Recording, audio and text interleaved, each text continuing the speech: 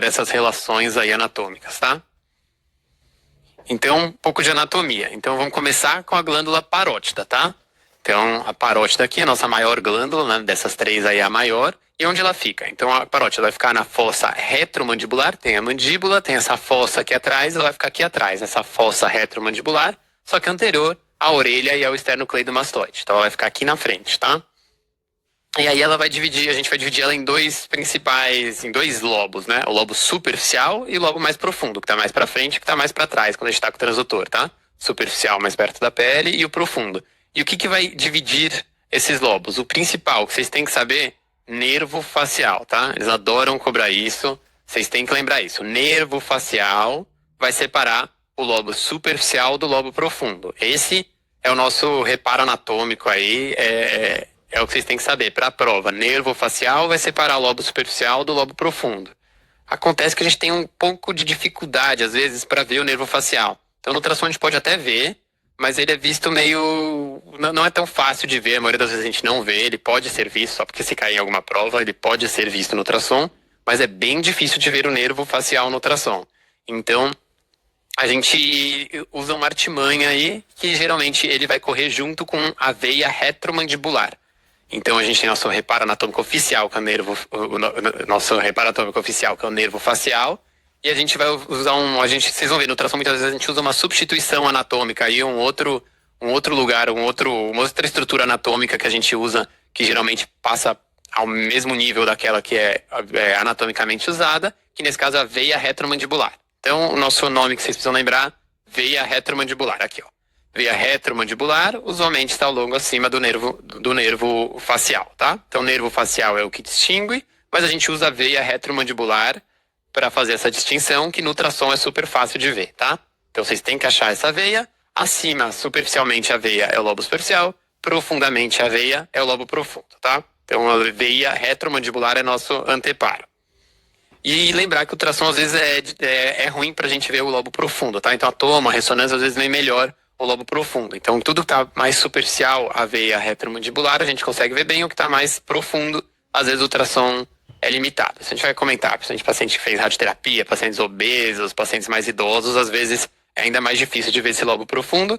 E lembrar que, além disso, a gente tem o ducto parotídeo passando lá, o epônimo, né, que eles têm cobrado cada vez menos, mas lembrar desse nome, Stenon. Então, o ducto parotídeo, o ducto de Stenon, é o ducto onde vai drenar. Então a parótida daqui, ela drena aqui no ducto de Stenon. Só anatomicamente lembrar, o Stenon ducto aqui, ele corre nesse eixo, tá bom? Ele é no axial do paciente. E a veia retromandibular e o nervo facial vão correr nesse eixo, tá? Então são estruturas, vão fazer um X lá dentro, tá? Só para vocês não confundirem, elas não correm juntas, nem... Elas correm totalmente ortogonais, certo? E aí lembrar que dá para ir seguindo, né? É só esse ducto parotídeo. A gente consegue ver ele no ultrassom, mesmo quando não está dilatado a maioria das vezes. Dilatado é bem mais fácil. Ele corre, e ele vai exteriorizar aqui no segundo molar superior, tá? Na face vestibular da cavidade oral. Ele vai sair aqui, é por onde sai a saliva que a parótida produz. Então aqui, a parte ultrassonográfica, né? Então a gente viu a anatomia, agora a anatomia ultrassonográfica. O que a gente vai ver? Então, quero assim, se vocês forem fazer um exame de parótida, põe o ultrassom aqui no transversal do rosto, nesse eixo aqui, e a gente vai ver duas sombras. Essa sombra da frente e essa sombra de trás. Então, aqui essas duas, aqui a mandíbula aqui na frente, o processo mastoide aqui atrás. Entre o processo mastoide e a mandíbula é onde a gente vai ver a parótida, e a gente vai ver duas estruturas vasculares correndo aqui dentro. Se a gente alongar essa imagem, deixar no longitudinal, é isso aqui que a gente vai ver. Uma veia e uma artéria, tá? Então lembrar que a artéria que corre aqui é a própria artéria carótida externa. Então se cair em prova, a artéria carótida externa vai correr aqui, mas isso não tem tanta aplicabilidade clínica. E o principal, essa aqui é a nossa famosa veia retromandibular. É a veia que vai correr junto com o nervo facial, que geralmente é difícil de ver no ultrassom, dá pra ver, mas é difícil de ver no ultrassom. E então treinem em encontrar essa estrutura. Então daqui pra cima, lobo superficial, daqui pra profundo, lobo profundo da parótida, tá? Então aqui, essa aqui é a veia, então lobo superficial e lobo profundo, tá? Isso vocês precisam saber. É aqui na anatomia, tá? Então elas estão correndo aqui, na estrutura 1, essa veia retromandibular. Aqui então a mesma coisa, a gente tá vendo o processo mastoide aqui, o ângulo da mandíbula, esse aqui é o outro lado, tá? Então tá invertido os dois lados. Então aqui o processo mastoide, aqui o ângulo da mandíbula. E a gente vai ver as veias. Então a veia retromandibular e aqui a artéria carótida externa. Lembrar disso. E aqui eu gosto de sempre lembrar que, vocês veem, uma parótide, paciente que fez radioterapia, aquilo que eu falei, paciente obeso, então tem muita gordura, igual o parênquima do fígado, qual que é a atenuação do feixe acústico posterior, paciente muito idoso, o clássico é ficar com essa glândula brancona aqui e começa a atenuar o feixe. Então sempre é difícil de ver o profundo, ainda mais nesses casos em que tem essa atenuação do feixe, a gente não consegue avaliar bem a ultrassom no lobo profundo. Então, pra gente procurar nódulo, procurar alterações, geralmente a gente vê bem no ultrassom, mas do lobo superficial, o lobo profundo pode ser limitado, tá? Na ultrassonografia. Opa, voltei. E aí, tá bom, então é difícil de enxergar o profundo, a gente tem que ver mais superficial, mas o que a gente quer ver? Então, tem várias alterações, né? Algumas benignas que não são reais alterações, são coisas normais, mas tem várias estruturas que a gente pode enxergar lá. A mais comum são esses linfonodinhos. Então isso aqui é totalmente normal, tá? É um linfonodo intraparotídeo, um normal, comum. Às vezes eles são aumentados em número, em dimensões, a gente pode falar, mas em geral a gente vai ver esses linfonodinhos, não é nada preocupante. Então, o que são? Depois a gente vai comentar sobre linfonodos cervicais, mas é o mesmo aspecto clássico aí. São linfonodos intraparotídeos aqui, eles são alongados, com hilo gorduroso, esse hiperecogênico aqui é a gordurinha central, e a cortical fina, não pode ter um espessamento cortical de um dos lados, tá? Então tem que ser essa cortical mais fininha aqui. Isso aqui são linfonodos normais da parótida. Para localização da porção intraparotídea do nervo facial. Então pode ser vista pela tomo com contraste? Putz, na toma é difícil de ver nervo, tá? Principalmente o intraparotídeo, mas você já sabe, nervo é difícil da gente enxergar na toma. Isso aí não tem muita cara de ser o certo. Localiza-se lateralmente e inferiormente a veia retromandibular? Ó, isso aí provavelmente. Putz, você ficou na dúvida, quem é bom de decorar, decore isso, que é lateralmente e inferiormente, mas você tá na dúvida, putz, guarda essa daí. Essa daí é uma que pode ser, ele corre junto, não lembro se é lateral ou inferior, mas pode ser essa, guarda B. Localiza-se ao lado e posteriormente ao ducto parotídeo. Lembra que eu falei, o ducto parotídeo corre nesse eixo. E o nervo facial corre junto com a veia retromandibular nesse eixo, então não corre junto. O nervo facial passa junto da parótida, mas fora da glândula? Não, ele passa dentro da glândula, tá? E não é possível ver através da ultrassonografia. É ruim, não vê bem, mas não falar que não é possível está errado, tá? Dá para ser visto no ultrassom. Então a gente dá uma boa noção da posição, às vezes a gente consegue até enxergar. Então a nossa alternativa certa é saber, tá? Localiza-se lateralmente e inferiormente a veia retromandibular. Tá bom, então vimos a parótida, agora vamos para a submandibular. Então vamos falar aqui da anatomia da submandibular. Lembrar que ele tem aquele triângulo submandibular, então aqui ó, esse triangulinho que forma aqui, triângulo submandibular embaixo da mandíbula, forma esse triângulo. No aspecto posterior desse triângulo é onde vai estar a glândula. Então ela não fica aqui na frente, ela fica aqui atrás, tá? Então a parte posterior desse triangulinho aqui. E ela fica no meio da parótida para sublingual. Então às vezes pode ter uns processozinhos glandulares que comunicam uma com a outra, tá? Lembrar disso. E aqui a gente tem o nome. Lembrar então que o que a gente viu antes era o nervo facial, ele vai correr no meio da parótida, voltando na parótida. Nervo facial corre lá no meio da parótida, e a gente usa a veia retromandibular de reparo, de equivalente anatômico. Mas aqui a gente vai lembrar da artéria facial e da veia facial. Então na parótida é o nervo facial, e na submandibular é a artéria e a veia. Lembrar que a artéria passa no meio da glândula, então ele cruza a glândula, e a veia facial passa anterior e superior, ó. A veia passa anterior e esgosto, às vezes a gente cobra isso em prova, tá? A veia passa aqui fora da glândula, anterior à glândula, superficialmente à glândula. E a submandíbula e a artéria passa lá no meio da glândula, tá? Então lembrar disso. A artéria facial é diferente do nervo facial, tá? E a veia facial passa por fora. Eles também gostam de cobrar isso. E aqui a gente vai ter o ducto submandibular, também tem o epônimo Wharton, que é o outro ducto aí, tá? Então é o ducto da submandibular, diferente do ducto da parótida, que é o estênon. Beleza, então vimos aqui, falando de ducto, isso aqui é o ducto? Não, a gente tem que ligar o Doppler e ver se é o ducto ou não é o ducto, tá? Se ligar o Doppler e isso pintar, é o jeito mais fácil, tá, de ver. Ligou o Doppler para ver se é um vaso ou se é um ducto. Aqui era o ducto sim, tá? Então, na verdade, aqui é a artéria e esse aqui é o ducto, tá? Esse aqui é um ducto dilatado. Então o ducto tem esse trajetozinho aqui, tá? Ele sai daqui da submandibular, ele vai passar no meio da sublingual aqui e vai desembocar no assoalho bucal, tá? Esse aqui é o trajeto clássico do ducto da submandibular. E aí a terceira glândula seriam as glândulas salivares sublinguais. Então, onde elas estão? Eles gostam de cobrar essa anatomia aqui meio chata. Então, lembrar desses músculos do assoalho bucal, eu vou revisar agora já com vocês. Sempre vou aproveitando um tema para ir revisando temas satélites, tá? Isso é uma coisa que eles gostam de cobrar esses músculos aqui, então deixa eu já falar deles para ficar menos confuso. A gente tem esses músculos todos e eles gostam de cobrar cada um deles. Então, esse aqui é o ventre anterior do músculo digástrico, aqui é o gênio ióide, aqui é o gênio glosso, lembra glosso, língua? Aqui é a língua. Então, esse aqui é o gênio glosso, está encostado na língua. Gênio glosso, gênio ióide e ventre anterior do músculo digástrico.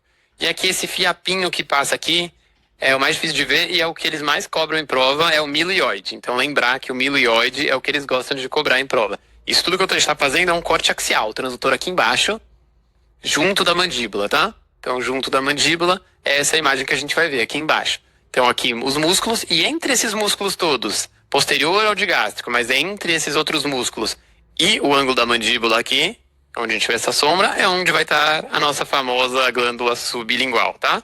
Então, a sublingual vai estar grudada aqui na face interna da mandíbula, entre os músculos do assoalho bucal e essa face interna da mandíbula.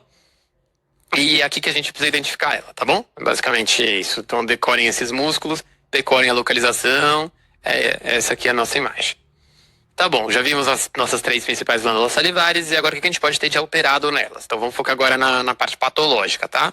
Então, inflamação. Lembra, o diagnóstico é clínico, mas eles adoram pedir um ultrassom. Então a gente tem que saber o que dá para ser visto no ultrassom, mas o ultrassom, principalmente, a gente quer ver complicações e causas, tá?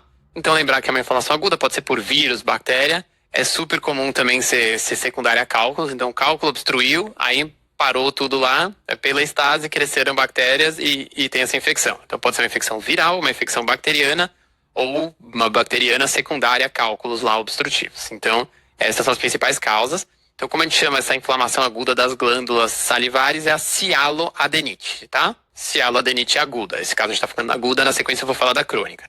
E o que a gente vai ver no ultrassom? Então a glândula vai crescer, então a glândula inflamou, que quando é mais ou menos vale o raciocínio para tudo. A glândula inflamou, ela vai ficar grande, ela pode ficar hipoecogênica, não necessariamente, mas ela pode ficar hipoecogênica heterogênea. E aí podem ficar umas áreas ovais, vou mostrar as imagens para você, meio hipoecogênicas. Começam a aumentar os linfonodos intraglandulares, então lá na parótida. É super comum ter um outro linfonodinho. Lembra que eu falei? Quando está inflamado, você vai ver um monte de linfonodos aumentados em número, aumentados em dimensões. Ligou o Doppler, vai ter aquela hipervascularização, a glândula bem vascularizada. Mas o principal que vocês precisam fazer é procurar cálculos, então ver se a causa é um cálculo, então é uma cialoadenite, mas ela é secundária a cálculo. Procura ver se vê o ducto dilatado, segue ele, e procura abscessos, complicações, tá? Esse aqui é o nosso aspecto, aqui é uma parótida, e você vê que ela tá cheia dessas áreas hipercogênicas, ela é toda heterogênea, de dimensões aumentadas, liguei o Doppler, tá pegando fogo aqui, bem vascularizada, tá bom? Isso aqui é uma cialoadenite, no caso da parótida, é uma parotidite aguda, tá? E aí, então, tem uns artigos que tentam diferenciar umas coisas, eu acho que é legal, pode cair em prova. Tem outros que sugerem que isso talvez não seja tão real, então eu vou mostrar para vocês os dois lados. Mas tem alguns artigos que tentam diferenciar as causas infecciosas de cialoadenite de causas obstrutivas por cálculos, tá? Então, como que a gente vai diferenciar? Principal jeito que eu quero que você diferencie. Ver o ducto dilatado. Se o ducto está dilatado, segue ele e vê se tem um cálculo. Então, na infecciosa, geralmente não vai estar com o ducto dilatado, vai estar tudo inflamado. E na infecciosa e na litiásica, né, por cálculo, você vai ver um ducto dilatado e obstruindo com um cálculozinho lá. Então, se você ver o cálculo, é o que vai fazer a diferenciação, tá? Ducto cálculo com ducto dilatado. É assim que diferencia. Isso não tem dúvida, tá? Aí o que é mais polêmico é que tem alguns artigos que sugerem que as infecciosas têm essa cara mais feia, enquanto as litiásicas são só mais hiperecogênicas e tal, mas não tem toda essa heterogeneidade, essas áreas hipoecogênicas de permeio. Então, geralmente, a infecciosa é mais feia. Mas tem algumas linhas aí que falam que isso não é bem real. Que, na verdade, infecciosa pegou a infecção, começou a ficar feio. Tem uma dorzinha, o paciente vai levando, vai ficando pior, mais infectado, mais feio. Demora um tempo, é mais insidioso. E aí, quando o paciente vai para o médico, já está com essa cara feia aí. Agora, já a litiásica, geralmente, o cálculo fala, obstruiu, dilatou, dá uma dor super forte na hora, o paciente já corre para o pronto-socorro. E não dá tempo dela ficar infectada e toda feia assim. Então, talvez por isso. Então, talvez a gente tenha um viés aí de seleção, de tempo até procurar o pronto atendimento. Mas, Só pra vocês saberem, então a litiásica geralmente a glândula é menos feia e a infecciosa a glândula é feia, heterogênea, toda alterada. Lembrar que essa aqui também tem uma porção infecciosa. Além de estar dilatada, ela pode ter uma infecção secundária, tá? Vamos agora falar, a gente falou da infecção aguda, cieloadenite aguda, agora existe a cieloadenite crônica. Então pode ser doença autoimune, pode ser por cálculo, lá obstruiu, inflamou e aí ninguém mexeu, foi virando crônico. Ou infectou agudo, aí melhorou, infectou agudo, melhorou. Com essas infecções de repetição também vai dar esse aspecto mais crônico. Então isso vale para muitas coisas no ultrassom. Geralmente o inchaço agudo aumenta o tamanho, aumenta a vascularização e o problema crônico, a inflamação crônica, ela tende a ficar reduzida ali. Então assim, o volume glandular normal até reduzido, o clássico é ser reduzido, começa a ficar mais hipercogênica, bem heterogênea, o Doppler pode estar normal até vascularização reduzida, e aí você tem que procurar cálculos, que pode ser uma das causas, né? Então, esses cálculos ali obstruindo. Então, pode ser doloroso ou não, a maioria das vezes não é doloroso, tá? Às vezes mas a aguda geralmente é bem dolorosa, a crônica geralmente não é dolorosa, e pode ou não estar associado com comida, tá? Essa dor. Então, às vezes o paciente tem um cálculozinho lá, o paciente come e dói. Para de comer, não dói mais. Então, quando você incentiva a produção de saliva, distende lá e dói, tá? E aí o que você pode ver é isso, calcificações, então os cálculos obstruindo no trajeto pode ter cálculos obstruindo e pode ter calcificações intraparenquimatosas. Então isso aqui não é cálculo, isso aqui é calcificação no meio da glândula, a gente pode ver isso, não é comum. A gente costuma ver uma vascularização mais reduzida, a glândula toda atrofiada, heterogênea, tá? Então aqui, para ficar mais claro, de um lado estava normal, não lembro se isso aqui é do mesmo paciente, tá? Mas aqui uma glândula normal e aqui uma glândula do paciente com Sjögren. Então essa heterogeneidade aqui, não necessariamente a glândula é maior, geralmente ela é igual ou até menor, tá? Ela é heterogênea, sem dor, um quadro crônico, ela fica toda heterogênea de dimensões reduzidas, ligando o Doppler geralmente a hipovascularizada. Tá bom, agora vamos falar dos cálculos. Então a gente falou cálculo, agora vamos focar na parte de cálculo. Lembrar que pode ter cálculo, teoricamente, em todas as glândulas, mas assim, a principal, pensou em cálculo, pensa em submandibular. 80% dos casos vai ser na submandibular. Na parótida é bem menos comum ter cálculo, tá? E a tomo pode perder esses cálculos. Então você pode ver um cálculo no tomo, mas ele pode perder cálculos pequenininhos. Então a tomo não é muito boa pra gente ver, tá? E ela não costuma mostrar os ductos distendidos. Então tomo não vale muito a pena. A cialorressonância é um método bem promissor aí, acho que estão começando a fazer mais nos serviços, mas ainda é difícil, né? Parte das vezes o paciente tem um quadro agudo, difícil fazer uma ressonância no pronto-socorro. Então ela é muito boa, mas não se usa muito. Então aquela imagem bem ponderada em T2, a gente veria a falha de enchimento lá, o cálculo. A cialo digital é um método muito bom, né? O padrão ouro aqui, só que ela mostraria falhas de enchimento, então você funciona, entra na saidinha, depende de onde é o ducto, né, de qual das glândulas, como a gente viu. Você entra lá, injeta um contrastezinho e vê a glândula pintando. Uma falha de enchimento é onde está o cálculo. Ela é super boa, só que ela é invasiva, tem radiação, aquilo tudo, é super chato para o paciente fazer esse exame. Então, em geral, a gente acaba indo para o ultrassom, tá? O ultrassom é o método inicial na maior parte dos serviços e é muito bom para a gente ver. Só que tem um probleminha no ultrassom. É a saliva. Então, às vezes, a saliva tem aquela mesma cara. Aí você vê a saliva, né, como a gente sabe, fica cheia daquelas bolinhas de ar. Às vezes, uma bolinha de ar dessa simula um cálculo. Lembrar, então, como a gente vai diferenciar? Saliva, geralmente, ar, vai ter aquela sombra suja, diferente de um cálculo que vai ter aquela sombra pretona embaixo, tá? Então, geralmente, é um pouco diferente. Putz, deu dúvida mesmo assim? Fala pro paciente beber um copo d'água, mexer um pouco a boca e olha de novo. Se a gente olhar de novo, geralmente a saliva sai do lugar, né? A bolinha lá se mexeu e o cálculo vai estar lá, obviamente parado, entuchado ali, o cálculo obstruindo, encravado dentro do ducto. Então isso aqui, fez um ultrassom, você começa a ver uma vascularização levemente aumentada, a glândula grande, heterogênea aí, meio hiperecogênica nesse caso, né? Pode ficar hipo, mas nesse caso tá meio hiperecogênica. É uma cara de glândula inflamada e você vê isso aqui no meio, é o ducto. Segue o ducto, vai seguindo. Dilatada, tum. A gente achou cálculozinho aqui. Então segue, indo em direção à mucosa jugal aqui, a gente viu esse cálculo. Geralmente é bem por aqui que ele entope aqui ou até mais distal, tá? Então entupiu o cálculo, uma dilatação a montante, processo inflamatório aqui leve, tá? E isso aqui foi na parótida. Falei que o mais comum é submandibular, tá? O mais comum é submandibular, mas 20% dos casos acontecem aqui na parótida. Aí então aqui um caso, a gente vê a glândula direita normal E a glândula esquerda, que é uma submandibular, tá? A glândula esquerda, você vê comparando com essa, tá aumentada, hiperecogênica, heterogênea, com umas áreas hipercogênicas no meio. Ligama vascularização desse lado aqui, ó, zero vascularização, desse lado bem vascularizado, tá? Então uma cialadenite aqui da glândula submandibular, uma alteração inflamatória, e aí a gente tem que procurar cálculo ou não cálculo. Essa aqui é aquela famosa rânula. Então o que é a rânula? É uma oclusãozinha do ósteo de drenagem do ducto, tá? Pode ser em qualquer um, não é exclusivo ser submandibular, lembrar disso aí para as provas, mas o mais comum é na sublingual, o mais comum é na sublingual. Então ele oclui lá e vai dar essa dilatação do ducto, tá? Isso aqui é o ducto dilatado. O diagnóstico é clínico, tá? Quando pedir para o paciente levantar a língua, você vê essa bolotinha aqui, líquida embaixo da língua. Mas é clínico, mas hoje em dia cada vez mais os médicos, cada vez menos os médicos têm feito exame físico, né? E cada vez mais pedido o exame de ultrassom. Então às vezes vem com a queixa, com essa bolinha, tá lá, faz um ultrassom, e aí o que a gente vai ver no ultrassom é isso aqui, ó, o ducto bastante dilatado, tá? É uma oclusãozinha mais crônica aí não crônica necessariamente, mas uma oclusãozinha do ducto de drenagem da sublingual dando essa dilatação. Cuidado, isso aqui não é o ducto, tá? Eles gostam de perguntar, lembra? Esse aqui quem é? Miloioide, tá? Miloioide aqui é o músculo, tá? Os músculos aqui, miloioide, digástrico, a gente vai vendo isso daqui bastante, tá? Isso vocês têm que saber, tá bom?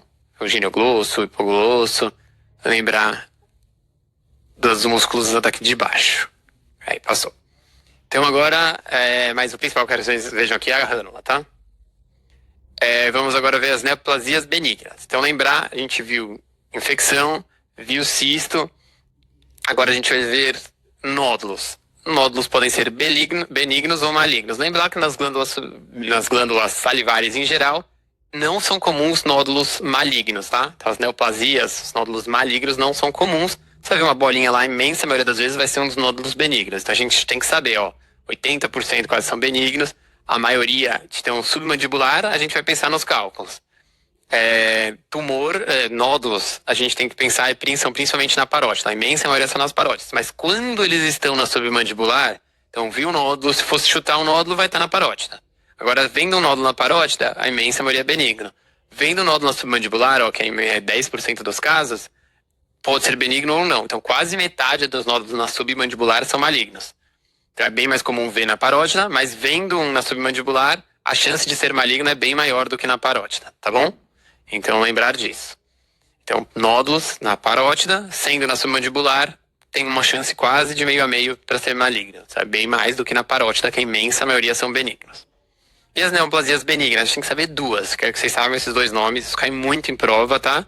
Então, adenoma pleomórfico, ou tumores mistos também é chamado, são os mais comuns, vocês têm que saber, tem uma carinha típica deles, vocês têm que saber como é que é. E o tumor de Wartin, né? Cuidado com o ducto de Wharton, que a gente falou antes, que é o tumor de Wartin. Lembrar que você pode saber tudo de tumor de Wartin, vai cair na prova, o adenolinfoma, você não sabe nem o que é, então lembrar dos diferentes nomes. O epônimo eles têm cobrado menos, né, na prova, como eu falei, então vocês têm que saber esses nomes mais chatos. Então, adenolinfoma, cistoadenolinfoma, cistoadenoma papilar linfomatoso, lembra todos esses nomes aí, é a mesma coisa que tumor de Wartin, que são os segundos mais comuns, tá? Então, neoplasias benignas, adenoma pleomórfico e depois tumor de Wartin. Vamos ver cada um deles. Então, primeiro adenoma pleomórfico. Então, é o tumor mais comum da parótida. Eles são mais comuns na quarta, quinta, sexta década de vida, mas podem virtualmente aparecer em qualquer idade. A gente vai ver comparando com Wartin, que geralmente são pacientes mais idosos. É um pouco mais comum em mulheres. Geralmente eles são solitários e unilaterais, tá? Geralmente é um nódulozinho só de um dos lados. Eles costumam crescer devagarzinho, geralmente são assintomáticos, só de repente o paciente palpa ou acha um exame de rotina, tá? Vai crescendo devagar. E aí, geralmente, você tem que tratar, mesmo ele sendo benigno, tá? Por quê? Porque ele pode virar maligno, tá? E aí pode até ser agressivo com metástases, mas aí já é bem mais difícil. Mas a gente se trata, então, um adenoma pleomórfico por esse risco de malignizar. E histologicamente, ele tem esse tecido aí, essa mistura de tecido epitelial, condral, mixoide e mucoide. Isso é menos importante. Agora, isso é o que vocês precisam saber, tá?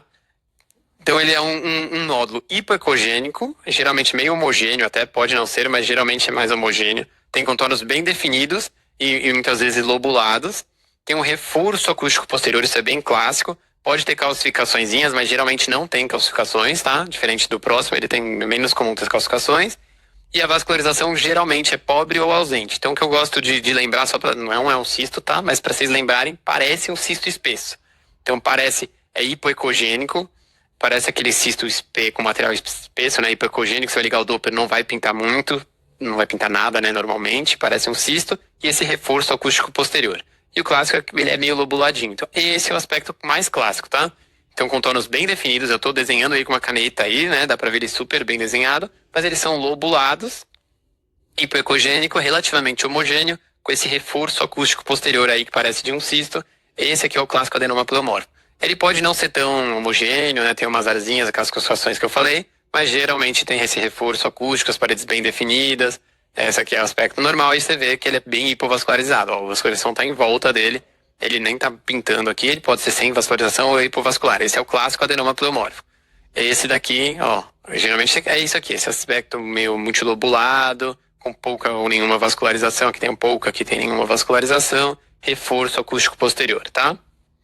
E aí, em contrapartida, a gente vai ter o adenoma pleomórfico e aqui o tumor de Worting, tá?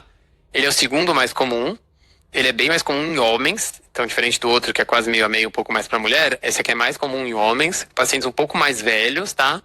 Tem essa relação que eles lá cobrar em prova com tabagismo, então geralmente com a história, homem tabagista, não sei o quê, mas geralmente, mas pode também ter associação com Epstein-Barr, né? O Epstein-Barr vírus. Eles, igual o outro, eles são solitários unilaterais, só que esse não é tão raro ser bilateral, tá? Então não é tão raro, geralmente vindo mais de um, aí a gente já pensa mais no tumor de Worting do que no adenoma pleomórfico. Ele também tem esse crescimento lento em geral, e do mesmo jeito ele é um nódulo benigno, mas que pode malignizar, tá? No ultrassom, o que a gente vai ver? Isso que eles querem que a gente saiba. São nódulos, então, assim, às vezes tem história de um, mas é o outro. Então vão mais pelo aspecto de imagem na prova, tá? Na teórica, menos chance, na prática, eles podem explorar bastante as imagens.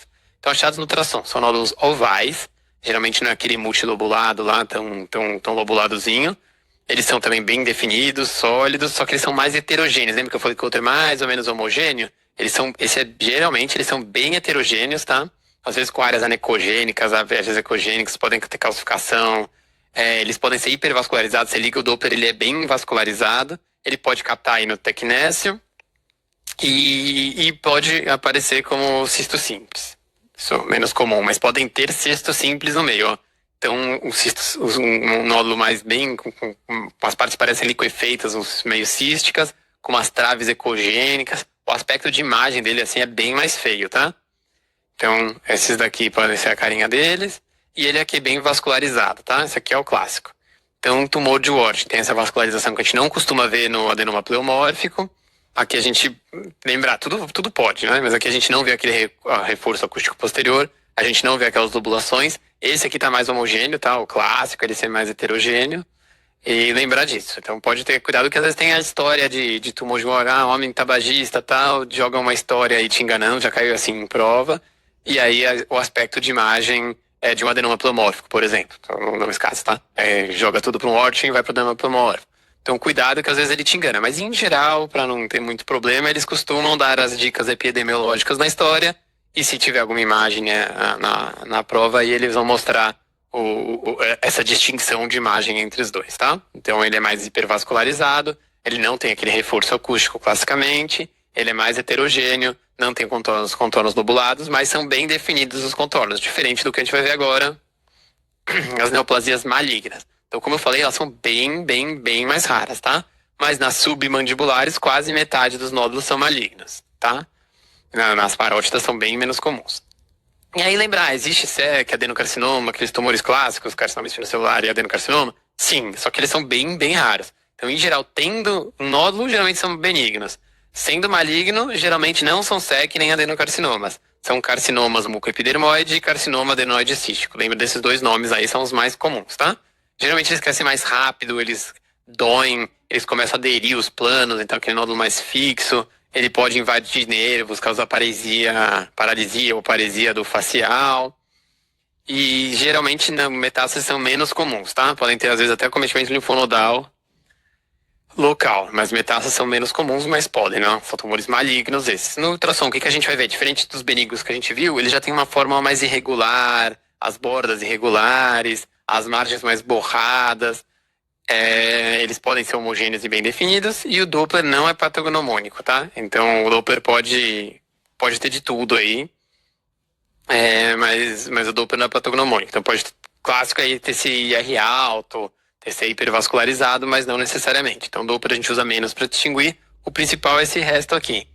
Então aqui um tumor na parótida, e a gente vê, um tumor já às vezes com parte com as bordas menos definidas aqui. Aqui até que tá bem definido, mas aqui a gente vê com as bordas menos definidas. E aqui ele começou a comer o osso, tá vendo? Tem um osso aqui, ele começou a comer, tem os fragmentos ósseos no meio. Ele foi crescendo aí e tem esses linfonodos acometidos junto aqui. Então aumenta, obviamente, o grau de suspeição, né? Você vê um monte de linfonodo suspeito do lado de uma lesão sólida na parótida, a gente vai pensar num tumor maligno, tá? Então, linfonodos suspeitos, destruição óssea, pensar nos tumores malignos de glândulas salivares. Agora, isso é um tema, eu sei que é mais chato, aquelas coisas anatômicas, mas assim, vocês precisam saber. Isso cai em prova adoidado. Eles são loucos para cobrar isso. São os níveis cervicais, vocês têm que saber. E ajuda muito na vida você conseguir topografar também onde você vê os linfonodos. Então lembrar que para linfonodos a gente usa esses níveis cervicais, tá? Não tem como vocês irem para a prova sem saber isso. Lembrar que a gente tem alguns reparos anatômicos, tá? Então, igual tudo. Eu vou focar em vocês nos principais reparos. Então, assim, primeiro a gente tem os níveis. Tem 1, 2, 3, 4, 5, 6 e 7, tá? Lembrar disso. Nível 1 é mais aqui na frente, 2 pra cá, mas o que eu quero primeiro que vocês saibam, a gente vai dividir em antero-posterior, né, de medial para lateral, e de cranial para caudal. De cranial para caudal a gente tem 3 níveis praticamente. Esse de cima, o do meio e o de baixo. Então são 2 estruturas que vão dividir eles, os de cima dos do meio e o do meio do de baixo. São essas 2 estruturas. O osso ióide e a cartilagem cricoide. Esses são os reparos anatômicos oficiais. Osso ióide e cartilagem cricoide. Mas, às vezes, eles são difíceis de ver. Então, a gente usa umas estruturas equivalentes a esses reparos anatômicos. Então, geralmente, o osso ióide é mais ou menos no nível da bifurcação carotídea. Então, no ultrassom, a gente vê onde está bifurcando a carótida, acima esses níveis superiores, abaixo esses níveis do meio. E aqui embaixo, em vez da cartilagem cricoide, a gente vai usar o istmo da tireoide. Então, o istmo da tireoide geralmente vai dividir esse nível do meio desses níveis inferiores, tá? Então, lembrar que tem o andar de cima, o andar do meio, o andar de baixo. E essas aqui é a bifurcação carotídea, aqui o istmo da tireoide. E aí eu vou focar agora com vocês em cada um desses níveis, tá? A gente vai falar nível 1, depois 2, 3, 4, 5, 6 e 7, tá? Lembrar que o 7º já é um nível meio mediastinal alto, assim, já é quase fora do pescoço. Já tem essas discussões aí, mas a gente vai focar nele também. Vamos falar de cada um deles. Então, nível 1. Então tá aí cadeia 1, mas a gente usa geralmente o nome nível, tá? Nível 1. O que ele é? Ele é abaixo do músculo ióide, do milioide, e acima da margem inferior do osso ióide. Então, lembrar que acima, ó, aqui o milioide, que aqui não está mostrando, mas o milioide passa bem aqui. E aqui, o principal que vocês têm que saber, ele está acima da margem inferior do osso ióide, tá? Tá a margem inferior do ióide, ou o que a gente usa a bifurcação carotídea. Acima da bifurcação carotídea, abaixo do milioide, e a gente tem que pensar de anterior para posterior aí, de medial para lateral. Ele termina na parte posterior. A gente achou a glândula submandibular que a gente já viu. A parte posterior dela é o limite posterior aqui. Então, a glândula submandibular é o limite posterior, a parte posterior da glândula.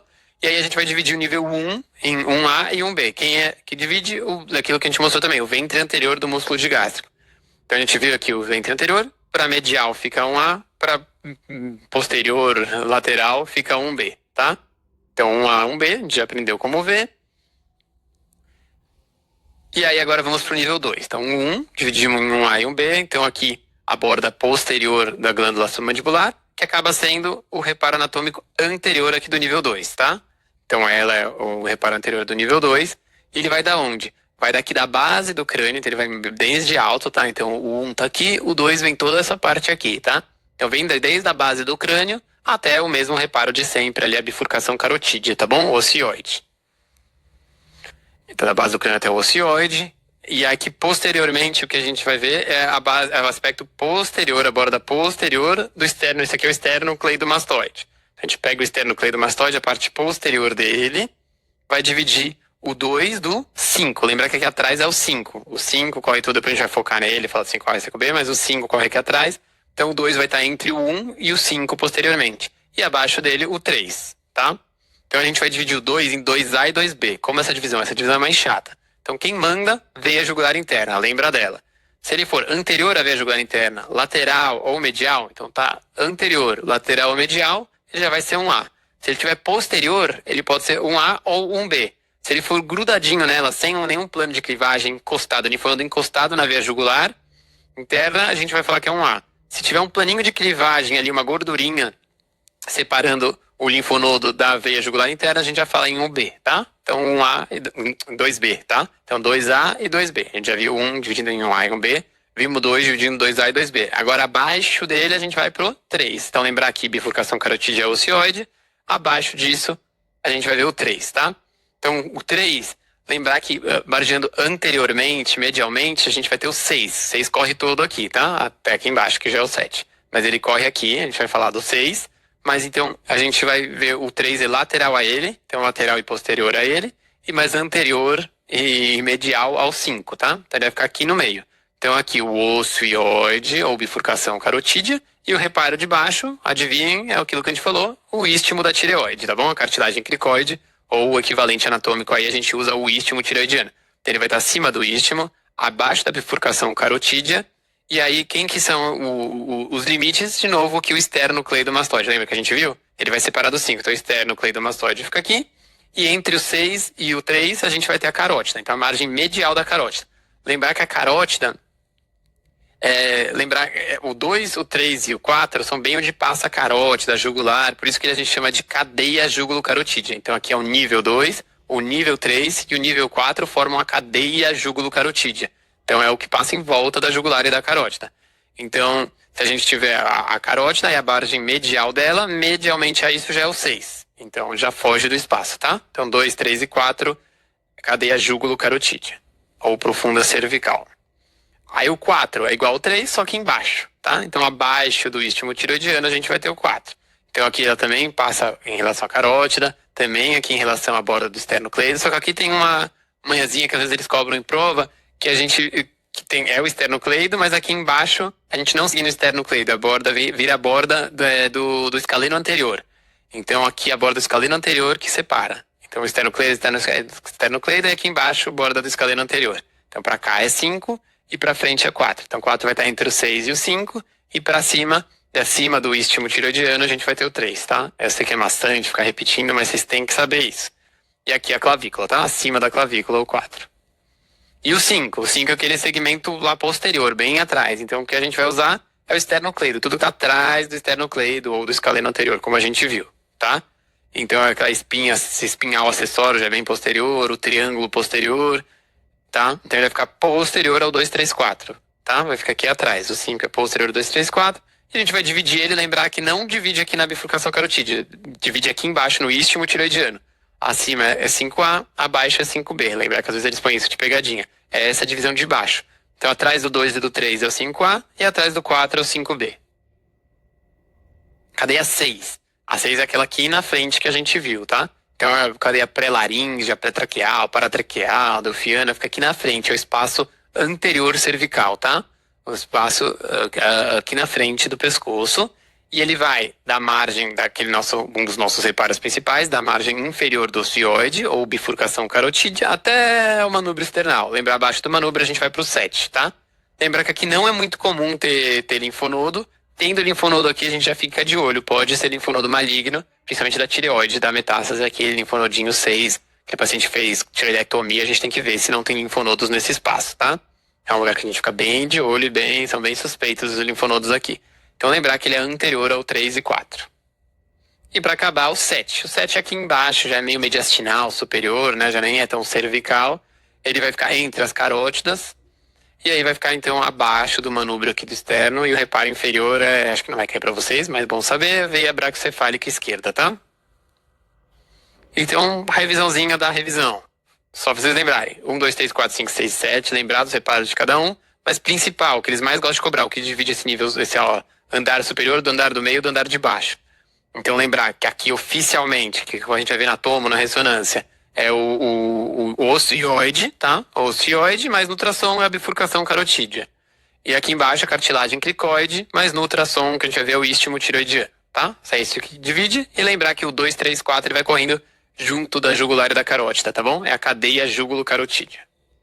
Então, questãozinha que eles gostam de cobrar. Qual é o limite anatômico superior do nível cervical 4? Lembrar do nosso nível cervical 4, ó. Nível cervical 4. Qual que é o nosso reparo anatômico? Istmo tiroidiano. Lembrar que, na verdade, aqui seria a cartilagem cricoide, tá? Então, de baixo é a cartilagem cricoide, mas o nosso equivalente anatômico. Então, se tivesse cartilagem cricoide, eu marcaria ela. Obviamente não tem as duas alternativas, né? Pra não deixar ninguém doido. Mas tirando ela, a gente usa o istmo tiroidiano. Que é o equivalente anatômico, é mais ou menos no mesmo nível. Tá bom, então já sabemos topografar os linfonodos cervicais, mas agora a gente tem que aprender sobre os linfonodos cervicais. Então lembrar que os níveis a gente usa para topografar os linfonodos. O que são os linfonodos? Então lembrar que tem os linfonodos normais e linfonodos alterados. Então normal, isso é super discutível, é meio uma guerra, acho que se cair na prova vão provavelmente, espero, deixar os limites mais bem definidos aí, botar um linfonodo de 3 centímetros se estiver alterado ou de meio se estiver normal. Mas em geral a gente usa 1 centímetro, tá? No maior eixo, diferente de tomo de mediastina, que a gente usa no menor eixo. Aqui no maior eixo até 1 centímetro são normais. Na cadeia 1A e 2A a gente costuma... Na cadeia 1 e na 2A a gente costuma tolerar até 1,5 centímetros, tá? Como que eles são? Geralmente são alongados, meio ovais, mais largos que altos, né? No eixo meio paralelo à pele. Tem o hilo gorduroso, então aquele hiperecogênico no meio. A vascularização também é hilar, entra pelo hilozinho e depois se espalha. A cortical geralmente é fina, não é muito hipercogênica. É um linfonodo normal.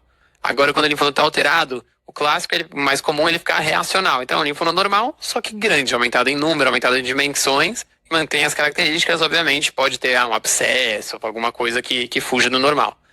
E aí lembrar dos linfonodos suspeitos, né? Eu gosto de colocar perda da arquitetura habitual. São aqueles linfonodos, em vez de estar alongadinho, mais redondo, então ele começou a crescer, né? No outro eixo pode estar ou igual ou mais largo que alto.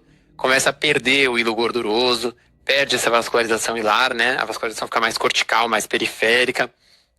Começa ou espessa a cortical, tá? Ou ela totalmente, ou em algum foco, algum local específico.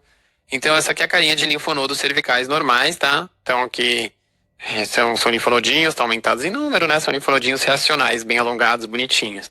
Aqui é a mesma coisa, a gente vê os linfonodinhos, aqui linfonodinho alongado. Lembrar que esse aqui tá acima do esternucleido, tá? Então, acima não é posterior, não é que é 5, tá superficial a ele. Isso aqui não é nem cervical, são aqueles linfonodos já subcutâneos, tá? Linfonodos superficiais, já quase subcutâneos. Mas esse que é o aspecto. Então esses linfonodos reacionais ou linfonodos normais, né, o que vai diferenciar número e dimensão. Mas o que a gente vê, ele é alongado, hilo gorduroso evidente, ó, esse branquinho, gordurinha no meio, ó, gordurinha no meio. Aqui também linfonodos alongados, ligou o Doppler, esse aqui é o aspecto clássico, ó, essa hipervascularização aqui vem, e aí ele vai para a periferia, entrou pelo hilo. Ou às vezes a gente vê só os vasinhos entrando no hilo, não vê tão bem vascularizado, mas sempre entrando pelo hilo. Isso aqui são linfonodos cervicais reacionais. Diferente desse. Esse aqui, tá vendo? A gente não vê aquele hilo gorduroso. Esse aqui já tá alongado, mas já tá mais gordinho, tá mais redondinho. Tá meio globoso aqui, sem o hilo evidente. Ele já tá todo heterogêneo. E aí ligando o Doppler a gente vê essa vascularização periférica aqui. Então não é aquela vascularização entrando pelo hilo e espalhando. Ela tá na periferia do linfonodo suspeito, tá? Esse aqui é um outro suspeito, tá? Lembrar que não necessariamente é maligno, tá? Outras coisas, tuberculose, outras coisas que podem dar uns linfonodos aí mais feios. Um linfonodo pode ser supurativo, começar a ser infecção do próprio linfonodo, ficar com essa cara feiona, mas são linfonodos com perda da arquitetura habitual, você tem que levantar suspeição aí nesse linfonodo, tá? Então eles são mais arredondados, heterogêneos, não tem o hilo gorduroso evidente, a vascularização é periférica, não é hilar, isso aqui é o clássico.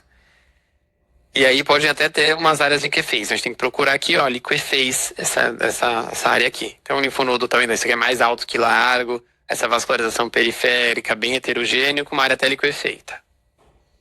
Tá bom, vimos os linfonodos, que mais? As glândulas sublinguais, e aí que a gente precisa ver tireoide. Então tireoide, essencial, obviamente, cai muito em prova, pedem muitos exames disso. Então dimensões, saber mais ou menos o tamanho da tireoide, aí de 6 a 15 centímetros cúbicos. A gente pode ter alterações focais, né? Principalmente os nódulos, podem ser cistos, outras coisas, a gente vai conversar.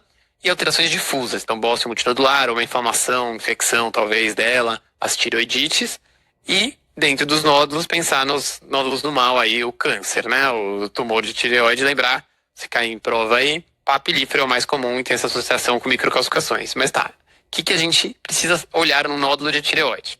Então a gente vai comentar do T-RADS, vocês têm que saber o T-RADS, é essencial o T-RADS, saber detalhes do T-RADS, a gente vai gastar um tempinho, igual em nível cervical, para detalhar bem. Mas vocês têm que saber os sinais de malignidade. Então, ao longo do tempo, vários artigos foram saindo mostrando, isso aqui é suspeito, isso aqui é suspeito, isso aqui é suspeito. Então, a gente tem que identificar as coisas suspeitas no linfonodo. Então, o linfonodo que tem microcalcificações, suspeito. O linfonodo tem margens microlobuladas, irregulares, aqui, ó, essas margens, suspeito. O linfonodo ele é hipoecogênico, tá vendo? O linfonodinho mais escurinho, suspeito. Acentuadamente hipoecogênico, mais suspeito ainda. Ele é mais alto que largo? Também é suspeito. Normalmente é igual ao do linfonodo que a gente falou, ele é mais alongado. Se ele ficar mais de pé, ele é mais suspeito. Lembrar que isso é no eixo axial, tá? Que vale. Não adianta comparar com o longitudinal. Se no axial ele for mais alto do que largo, ganha ponto, tá? Eu vou falar no T-RADS, mas aumenta o risco de malignidade. As hipoecogenicidades não comentei, essa aqui em relação ao parênquima, essa aqui acentuada em relação aos músculos, aqueles músculos que a gente falou do pescoço. Se ele for mais preto que o músculo, acentuado. Se ele só for mais preto, mais hipoecogênico que a tireoide que o parênquima, ele é só hipoecogênico, tá? Vocês vão ver que ganha pontuações do T-RADS diferentes de acordo com o hipoecogênico ou acentuadamente hipoecogênico. E a vascularização central ao Doppler. Então, diferente do linfonodo que é periférico, é suspeito, aqui quanto mais central, mais suspeita, tá? Com tendência esse IR mais baixo. Lembrar que isso não entra no T-RADS, tá? Tem trabalhos, inclusive um brasileiro, a doutora Cristina Chama, super importante, falando dessa relação do Doppler, mas quando montaram o T-RADS acharam que isso não foi reprodutível, não quiseram, não quiseram, é complicado, não incluíram isso como um critério no T-RADS ganhando ponto. Eu vou reforçar isso daqui a pouco, tá? E só uma outra coisinha, vocês vão ver agora quando eu falar do T-RADS, mas se a gente margem microlobulada ganha ponto, irregular ganha ponto, mas se a gente falar margem mal definida, quando a gente não vê bem a margem, isso não ganha ponto, tá? Às vezes é difícil fazer essa distinção, mas margem mal definida pode ser uma tiroidite, alguma coisa inflamatória ali, então eles viram que isso não está associado estatisticamente com malignidade, então não ganha os pontos no T-RADS. Então, T-RADS. O que é o T-RADS? É uma classificação para predizer, uma escala Likert aí para predizer o risco de malignidade. Então, o que a gente tem que olhar? 5 coisas: composição, ecogenicidade, forma, margens e focos ecogênicos. Então, composição. Um nódulo cístico, né, que nem é um nódulo, então líquido total ou quase total, com uma areazinha sólida assim na periferia, 0 pontos. Um nódulo espongiforme, 0 pontos, tá? Um nódulo misto, meio sólido, meio cístico, geralmente mais cístico que sólido, 1 ponto. Agora no nódulo sólido, quase completamente sólido, mas com areazinha, liquidinha ali no meio, quase nada, ganha 2 pontos, tá? Então lembrar disso. Ecogenicidade. Então, anecogênico é o cisto, 0 pontos, é benigno. O nódulo iso igual o parênquima, o hiper mais que o parênquima, 1 ponto. Um nódulo mais escurinho, mais hipoecogênico que o parênquima, tireoidiano, 2 pontos. Um nódulo acentuadamente hipoecogênico, mais do que o músculo, que a gente comentou, 3 pontos.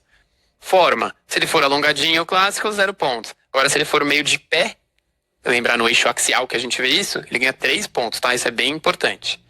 Margens. Se a margem for suave, ele 0 pontos. Mal definida, 0 pontos. Então lembrar disso, tá? Uma tiroidite e tal, 0 pontos. Margens lobuladas ou irregulares, suspeito, 2 pontos. Margens com componente extratiroidiano pulando para fora da tireoide, 3 pontos. Ecogenicidade, foquinhos ecogênicos, desculpa.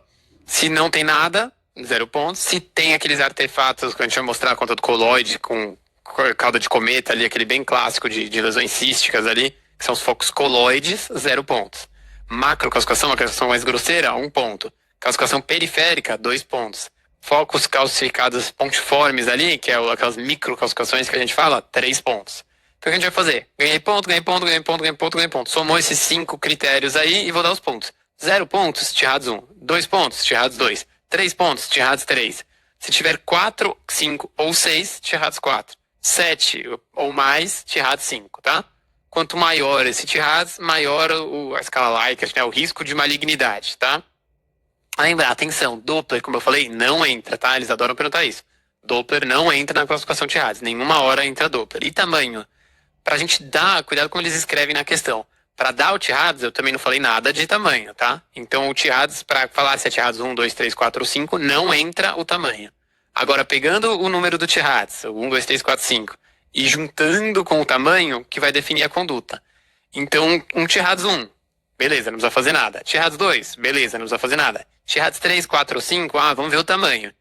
Se o T-Hads 3 de 1 centímetro, esquece. Tá resolvido, não precisa nem mais, na teoria, nem fazer segmento nem nada, tá? O T-Hads 3, mas ele mede 2 centímetros, é maior que 1,5, você tem que fazer o follow-up, acompanhar esse paciente fazendo ultrassom, ver se realmente é benigno, se não cresce, se não muda o aspecto. Um T-Hads 3, mas de 3 centímetros, putz, já tem que fazer a PAF, tá? FNA é Fine Needle Aspiration, é a punção aspirativa por agulha fina. Então, dependendo do tamanho do T-Hads, a gente faz a punção ou acompanha. E lembrar que o 4 é mais suspeito que o 3. Então a gente baixa esses números aqui. O 5 é mais suspeito que o 4. A gente baixa esses números. Se for mais de meio centímetro, a gente já acompanha. Então lembrar, mesmo o T-Hads 5 altamente suspeito, mas ele mede 0,4, na teoria você não precisa nem acompanhar, tá? Então o pessoal não segue tão bem isso, né? Um T-Hads 5, 4 acaba indo para PAF a maioria das vezes. Mas numa prova aí tem isso. Pelo T-Hads, pelo tamanho, você vai determinar a conduta. Se vai acompanhar, se não vai fazer nada ou se vai fazer a PAF. Então aqui para vocês acostumarem o olho, aqui tem uma tireoide, tem essa imagenzinha anecogênica, então aqui é um cisto, com esse conteúdo aqui, não é microcalcificação, a gente vê se é artefato em cauda de cometa, se é artefato em cauda de cometa, no meio de uma lesão cística, como a gente vai ver depois isso, é reverberação acústica posterior em cauda de cometa, um cisto coloide, tá? Esse aqui é um T-Hads 1, condição totalmente benigna. Aqui também é um cisto anecogênico, tá? Tem umas areazinhas mais sólidas aí, coisas bem discretas, quase totalmente, assim, é um cisto. E aí aqui também tem esses focos hiperecogênicos produtores de focos coloides aí de permeio, tá? Aqui já é um caso mais difícil. Às vezes, eu acho que é mais difícil eles cobrarem uns desse, que às vezes é bem difícil e reprodutibilidade não é tão boa pelo que eu vejo na prática. Mas aqui, é um nódulo, e a gente vê esses focos aqui, mas eles estão sempre bem na área cística, ó, áreazinha cística, esse foquinho, então isso não é uma microcalcificação, a gente vê essa reverberação posterior, tá? Isso aqui é artefato em cauda de cometa, ó, dá pra ver essa reverberaçãozinha posterior. Artefato em cauda de cometa, são focos coloides, então isso aqui é um nódulo misto, só que cheio dessas areazinhas císticas de permeio que podem ou não ter focos coloides, é um nódulo espongiforme, tá? Então isso é um T-Hads 1, uma condição totalmente benigna, igual um cisto, tá? Isso às vezes confunde com nódulo sólido com microcalcificações, tá? Mas então eles vão ter que dar uma cara mais assim, com esses foquinhos, mostrando que é coloide, mostrando essa reverberação acústica posterior. Aqui já é um nódulo bem delimitado, mas misto, né? Quase totalmente cístico, ó, bem mais áreas císticas, tem umas areazinhas sólidas na periferia. Também tem esses foquinhos com reverberação acústica posterior, tá? Bem nas áreas císticas, esses focos coloides. Então esse aqui é um T-Hads 2. Aqui um nódulo hiperecogênico, aquele famoso white knight, né, do paciente com Hashimoto, um nódulo hiperecogênico bem delimitado, ou esse padrão às vezes são pseudonódulos, às vezes são nódulos, é um T-Hads 3 quando é um nódulo, tá? Se for um pseudonódulo, obviamente não. Aqui tudo pseudonódulos, aqui um nódulo verdadeiro, esse white knight, T-Hads 3. Aqui também o T-Hads 3, nódulo hiperecogênico bem delimitado, T-Hads 3. Tem um halozinho periférico aí hiperecogênico. Aqui, ó, já começa a mudar. Então já começa, vou mostrar os casos, começa a aumentar o risco de malignidade. Então nódulo com área aqui é hipoecogênico em relação ao parênquima, aqui eu não tô vendo músculo, mas ó, é preto. Acentuadamente hipoecogênico, tá? Não é preto, não é líquido, mas é quase um líquido ali, né? É um nódulo acentuadamente hipoecogênico, sem microcalcificações, e começa a ser mais suspeito para malignidade. Aqui um caso parecido, mas com essas calcificações grosseiras aí de permeio, tá? E aqui você vê as margens irregulares, ó. Começa a ter mais cara de câncer, começa a aumentar o risco de malignidade. Aqui, aquele diferencial do espongiforme é um nódulo sólido ou quase totalmente sólido. Aqui dá dúvida se são áreas líquidas, mas se forem não tem problema, acentuadamente hipoecogênico. É predominantemente sólido. Podem ser áreas líquidas ou áreas que eu interroguei aqui acentuadamente hipoecogênicas. Eu acho que são áreas líquidas, tá? Mas tem que ficar de olho se não são áreas acentuadamente hipoecogênicas, ganharia até mais pontos. Margens mal definidas, ó, aqui, o que teoricamente não ganha pontos, mas tem microcalcificações, que aí ganharia pontos. Então é um nódulo suspeito.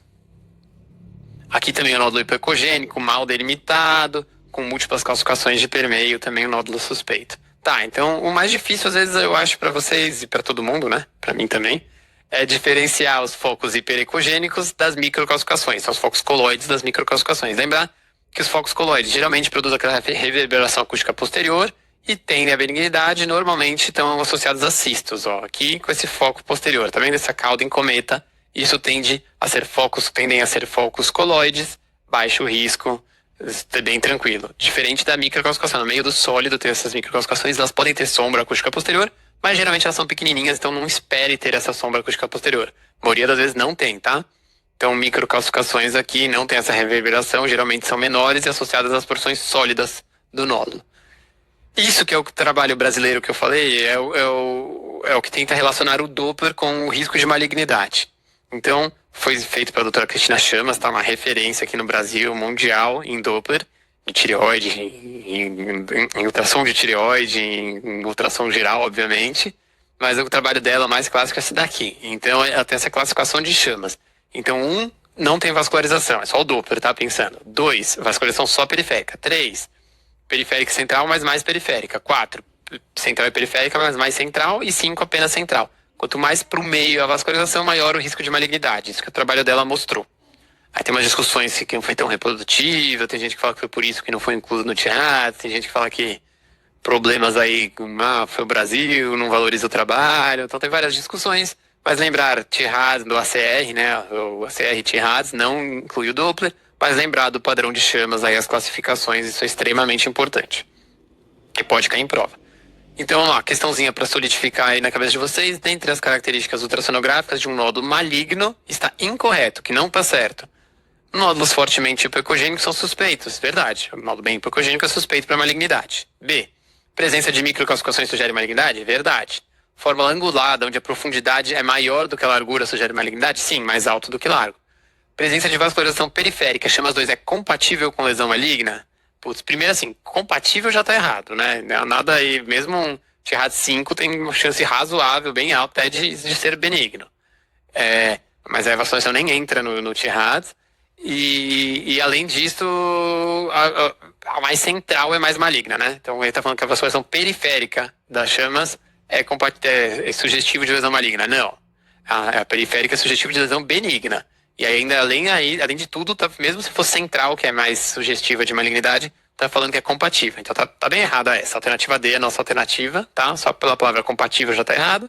E presença de linfonodos atípicos e ipsilaterais aumenta o risco de malignidade, isso obviamente. Você tem um nódulozinho lá, ele é suspeito, não é? Não vai ganhar ponto no TIRADS, obviamente. Mas você vê um monte de linfonodo ali suspeito para malignidade, esse nódulo aí, estatisticamente, tem mais chance de ser do mal do que um nódulo que não tem um monte de linfonodo acometido ipsilateralmente. Alterações difusas da tireoide. Então a gente viu o nódulo, agora a gente vai ver aquilo que eu comentei de umas alterações mais difusas. Tem dois tipos principais. Quando é uma alteração difusa a custa de vários nódulos, então aumento da glândula a custa de múltiplos nódulos, o bócio multinodular, ou as tireoidites, tá? Então bócio multinodular, então vários nódulos aqui, começa a ficar meio confluentes, começa até a perder definição às vezes do que é de cada um dos nódulos, e a tireoide começa a crescer a custa desses vários nódulos. Lembrar, tem umas discussões aí, geralmente quando tem vários nódulos, geralmente eles são benignos, mas também é uma tireoide mais inflamada e tal, então aumenta a chance de ter algum nódulo maligno aí no meio, tá? Mas por nódulo, a chance é menor ali, tem vários nódulos, sugere benignidade.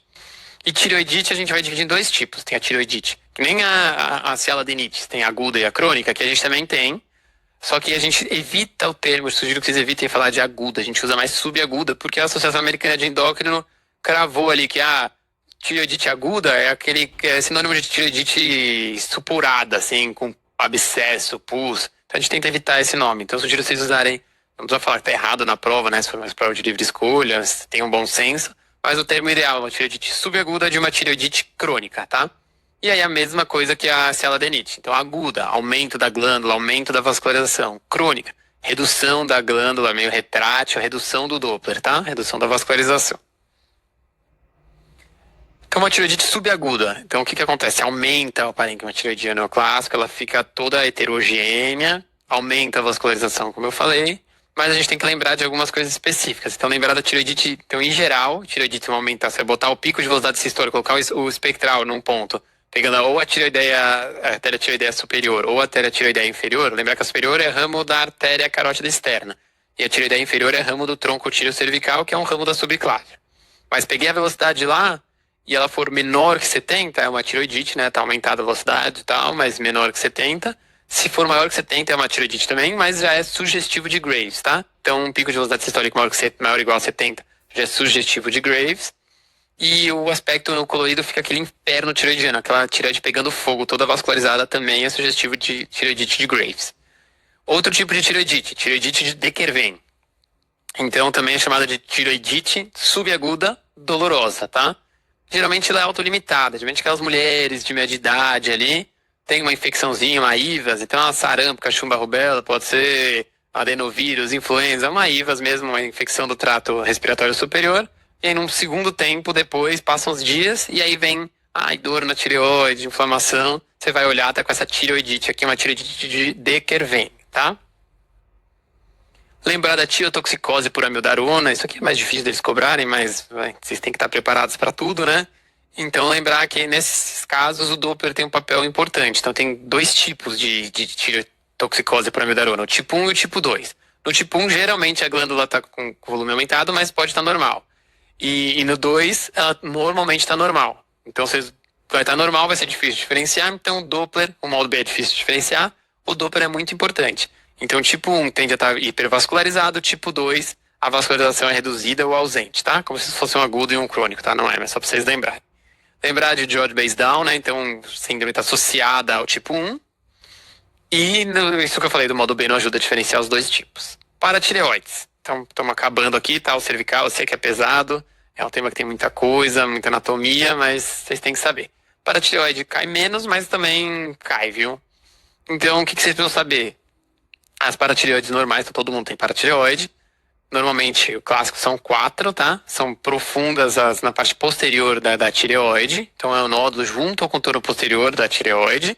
E aí tem o diferencial. Então, você vê essa bolinha, putz, tá tireoide, tá profunda a tireoide, deve ser um nódulo da paratireoide. Sim, mas tem diferenciais principais. O nódulo da tireoide, então será que aqui acaba a tireoide, isso aqui tá fora da tireoide?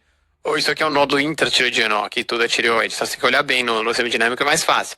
Será? Esse aqui parece atrás da tireoide, esse aqui talvez está dentro. Então, nódulo tireoidiano. Um linfonodo. Lembra que eu falei que os linfonodos do nível 6 aqui são suspeitos? Pode ser um linfonodinho mais suspeito aí no nível 6? Meio peritireoidiano? Pode.